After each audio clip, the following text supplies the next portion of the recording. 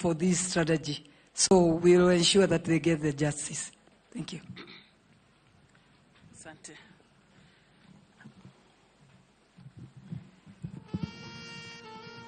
Your Excellency, Honorable Rachel Ruto, who is our first lady in our country, our women rep, our governor, Honorable Susan Kihika, na wajumbe wote na watumishi wa Mwenyezi Mungu wote wameketi pale, na wananchi wa Nakuru. Bwana Yesu asifiwe.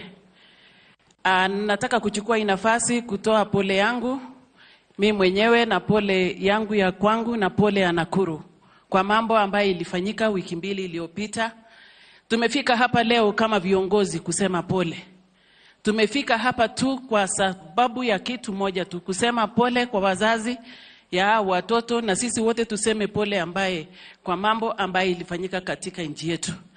Na nataka kushukuru wajumbe ambaye wamefika hapa, viongozi wote ambaye wamefika hapa, na washukuru sana.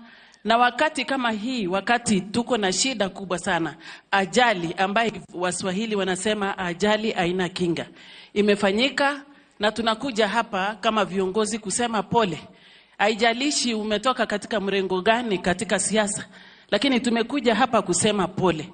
Na hatuwezi kuichukua mambo kama hii, mambo mazito ambaye inatuuma ndani ya roho, hatuwezi kuichukulia like to blame anybody. Hii ni mambo imefanyika na imefanyika, imetupita, na tumekuja hapa leo kuomba Mungu atusaidie sisi wote. Wasaidie wazazi, wasaidie watumishi wote wa hii shule ipate kuendelea tena na sio kulaumiana. Kwa hivyo nataka kuchukua nafasi kusema asante sana kwa serikali, sababu ilipofanyika walikuja kwa haraka sana na wahakikisha kwamba lazima uchunguzi ianze na mambo ya vile wanaweza kulazwa hawa wapenzi watoto wetu, wakashughulika kwa hiyo mambo na walishughulikia watoto wote. Kwa hivyo sisi tumefika hapa kama viongozi ya Nakuru kusema pole, na kusema pole, hawa watoto ni wetu sisi wote.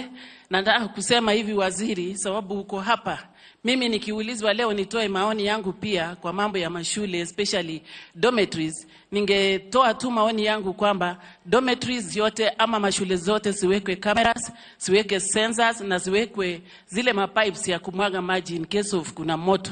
We must be proactive on issues of intervention on such things. Kwa hivyo leo tu ni kuhimizana, ni kuombeana, na niseme tu Mungu aliye juu mbinguni awatie nguvu wazazi na relatives, na hata sisi kama viongozi.